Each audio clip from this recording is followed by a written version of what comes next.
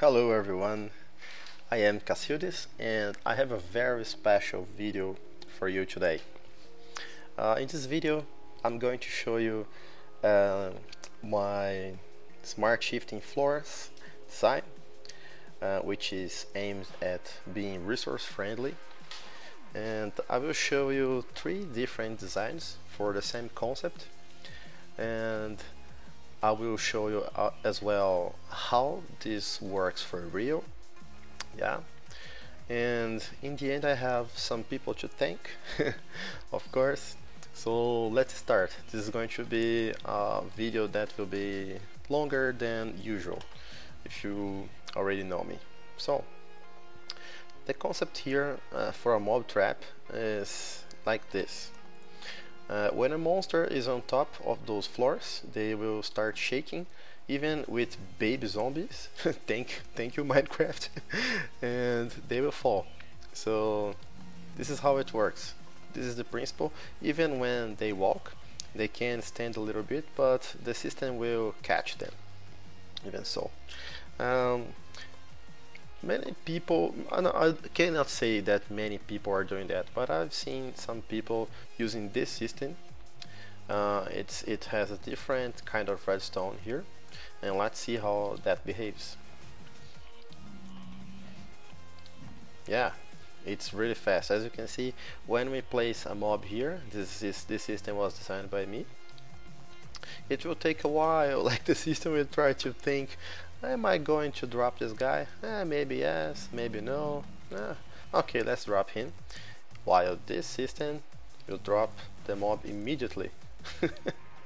No second thoughts. Alright, so what happens here is really great. This design is really compact, as you can see. The first time I saw this design was in a video by King Happy, I guess, and he's playing with the Hermitcraft guys now, so you might know him.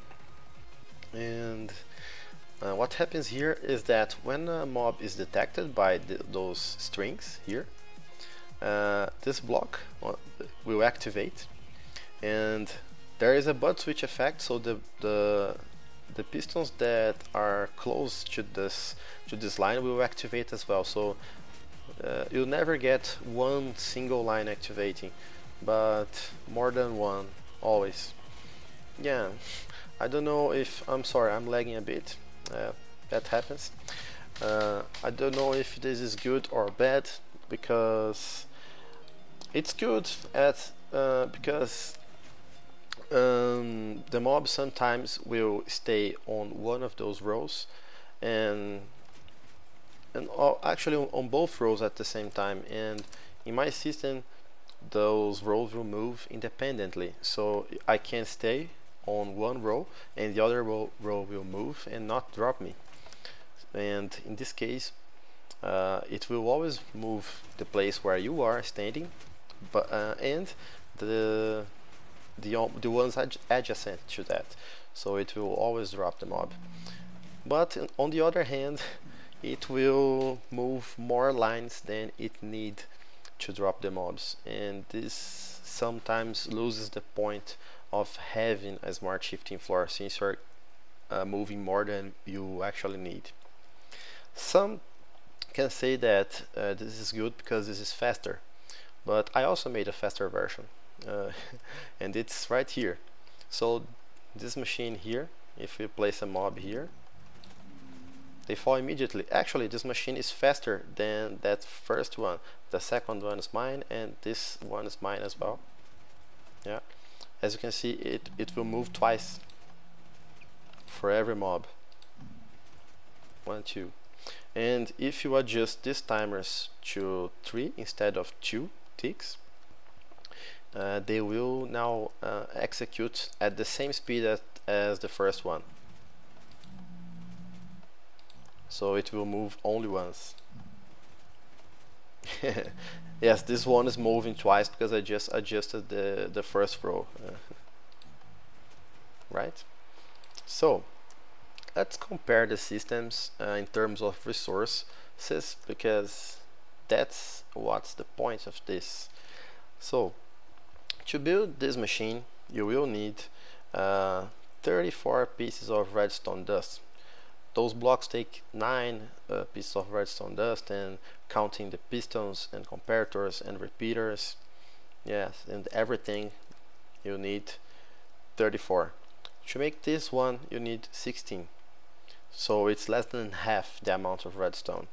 I'm talking about a single line, like, no, not like this, like this. So because those lines are exactly the same, if you want to know the cost for 3 lines, just multiply this costs by 3. Iron, you need 26 iron ingots for this machine, and only 2 for that machine, and those 2 are used for the string hooks here. Actually, to make 2 hooks you need only 1, right? So you need only 1 iron ingot here, and not 26 but 25 here. Alright, so it's 25 times more.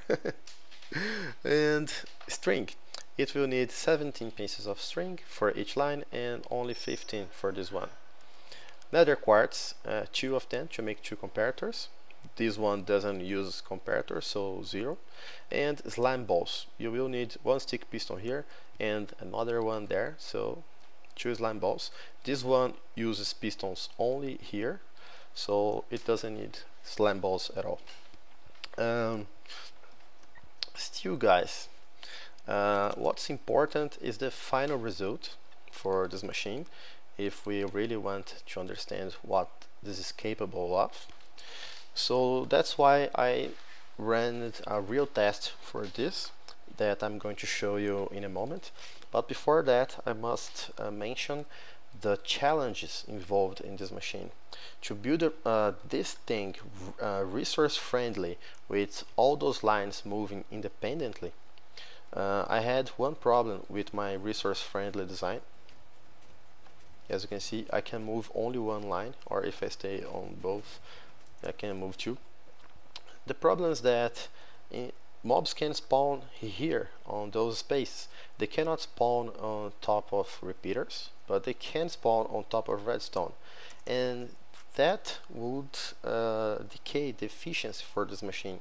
So if you had like 80 stripes for this, there would be not 40 stripes like this. There would be 1 mob here after like 6 hours or so, and 1 mob here, and the machine would get clogged and not work anymore, because the mob cap would be reached and mobs would not be able to spawn here inside the trap. So if you are going to try to build this machine in the overworld, all you have to do is to use jack-o'-lanterns here, because the light level that they will emit is so high that no mob will be able to spawn here, because it's not going to be dark enough, and this is the place that's going to be dark, so they will spawn here, and here they will die almost instantly, as you can see here. But there is a second problem. If I want to use this trap for gold in the Nether, the zombie pigmen don't care about light levels, so I cannot prevent zombie pigmen from spawning here with light levels. And I tried to search in the forums and other places for a block in Minecraft that would conduct a redstone signal. Sorry guys, I had to make a little cut, some interruption. Alright, where was I? So I was searching for a block that would be able to transmit redstone signals, and that would be unspawnable, meaning no mob would be able to spawn here. And sadly I could not find anything, so I gave up this project. But recently I just found a solution for that, and this is a really crazy solution. I think that it's really fun, and that's what I'm going to show you now.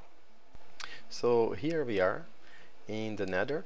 The mob traps there, the zombie pigmen are going to spawn up there, and this is the floor where they are going to fall. This is bedrock. We are actually above the Nether. If you don't know how to get to this place, please check the video description, where you are going to find a video where I show you how to get on top of the Nether on this giant flat surface where no mob can spawn. So they spawn only inside the trap. As you can see here, we have slabs, so no mob can spawn here. And though this glass protection is used so items will stay inside here. Actually, this platform matches exactly the platform up there, and now I would advise you to make this platform a little bigger than that, because the items, they like when the monster dies, they jump everywhere, and the minecarts that go below this surface are not able to capture items that go in the very corner here. And the minecarts that I'm talking about are those here, and they will scan the whole surface from time to time to collect all the items that those guys are dropping here. So as you can see, it's working, but not at its full potential now. And the minecarts are here to collect the items, and they will go back right here in the other end, where they stay for a while, and they will distribute the items to those hoppers here, and the items will go inside this. So as you can see here, 62, 63 golden ingots, and the rotten meat is going directly into lava because there is a filter here. Yeah, so let's go up there and see what I decided to make in order for this machine to work. And I decided to call some friends, and here they are. Yeah guys, I told you it's a really crazy solution. I found out about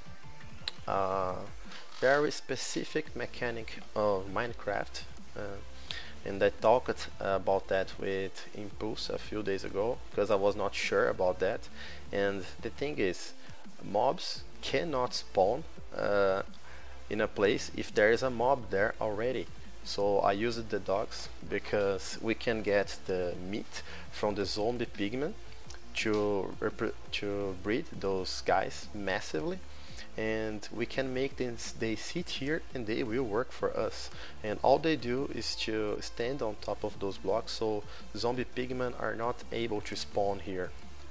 And because the roof here is a little low, guests are not able to spawn here, but sometimes magma cube will spawn here, and they when I saw them, they are, how can I say, they fall through those holes. And that's why as well you need to have this open, because sometimes magma cubes will spawn on top of these rails, and they can fall off the edge here if you leave it open. Also, I recall watching a video by Impulse SV as well, showing a way for the magma cubes not to spawn down here, but I don't know, I haven't tested that. As I told you, I made this many months ago, and I didn't have the complete solution that I have now, and this guy spawned from somewhere that I am not aware of, maybe here, I don't know. So let's see the machine working for a few minutes and talk a little more about that. So this platform is the ideal place to be. Above this, they will spawn down there. And let me set my viewing distance, my render distance to far, so you can see better. Let's go to the bottom of the machine, so it will render everything for us. And as you can see, the mobs are already spawning like crazy. We can see the dogs there, our friends. Yeah. And let's go to our sweet spot here and have a good view of the mobs spawning. I showed you 3 designs today.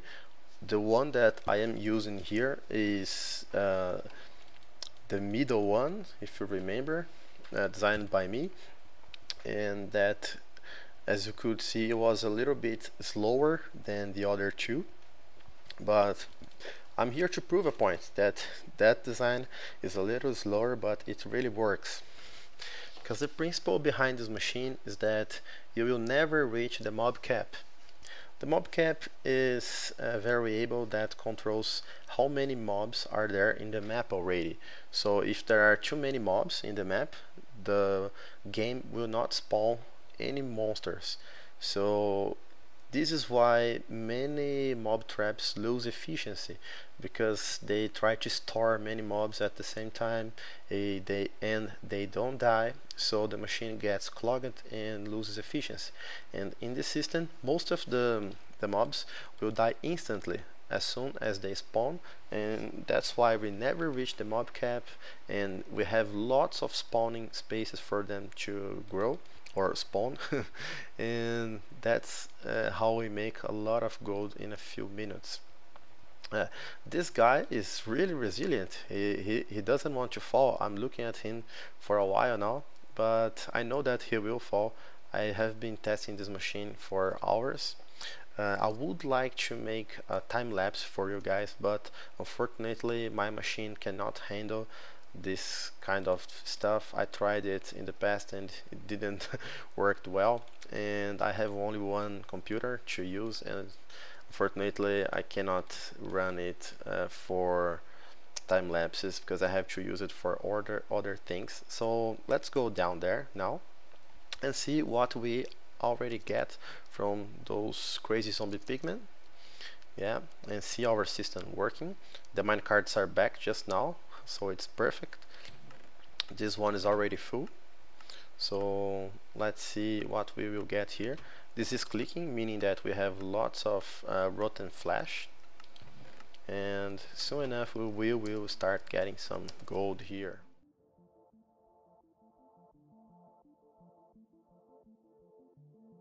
I was really starting to get worried here, guys. I was looking for the gold and I couldn't find it anywhere. It was supposed to be here, but the way I set up the system, and I haven't tested it so far, what happens is that when the first chest is full, it will start to fill the hopper before start filling the next chest. So that's what happened here. And if I take gold from here, you can see that it will start replacing it. I was thinking that some crazy stuff, and as you can see here, the system is trying to throw away all the rotten meat, yeah, that it had. So the system works really well. By my tests, it is able to fill more than half a double chest per hour. So in 4 hours you should have like 2 double chests filled with golden ingots, plus 1/3 of third double chest. if you were able to understand my complex calculations here.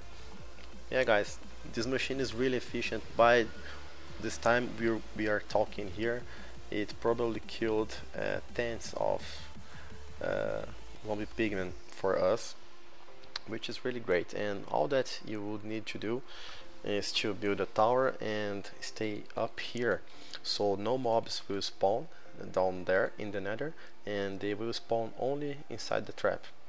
If I try to go a little bit higher, it probably will do even better. So this is the machine. I showed you a lot of stuff about that, so let me now go back to the map. Hello magma cube, and talk to you guys. We are back here in the daylight. I don't like to record things in the up in the nether because there's no light there. So this channel just reached 1000 subscribers, which is really awesome. And I know what is the subscribing rates for my channel, so I was expecting to have about 1000 subscribers when I published this video, But a very surprisingly thing happened before that. When I woke up and checked my channel, there was like 50 extra subscribers. And I could not understand what happened to my channel that day before I saw a comment from someone saying that Docam watched one of my videos, and that was really great, guys. And he watched a video that I made about a 3x3 design for a door, 3x3 door, and he's actually using my design in his map. So I am a big fan of Docam for about 1 year now, and it's really great to have this opportunity. So I have many thanks to give to that guy. He gave me about 50 subscribers and 1,000 views in 1 day, and that was really great, and I'm really proud. And you know, there are plenty of 3x3 designs in YouTube. He could pick anyone, so I was really lucky to have my design picked. And I was really happy because this happened exactly when I was going to celebrate my 1,000 subscriber special. So this is for you guys. I make videos for you, not for me, so the big thanks go to you, my dear subscribers.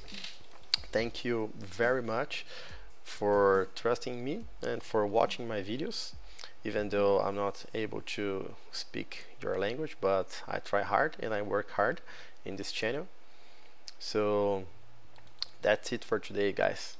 I'm really happy, and I hope you are too. This video was a little bit longer than usual, but I just had to show all my work for this time and make something that would be really nice for you.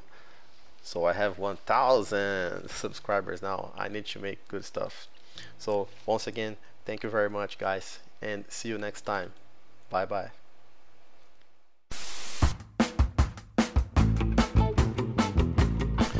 Hello people, and welcome to my 500 subs special. I was thinking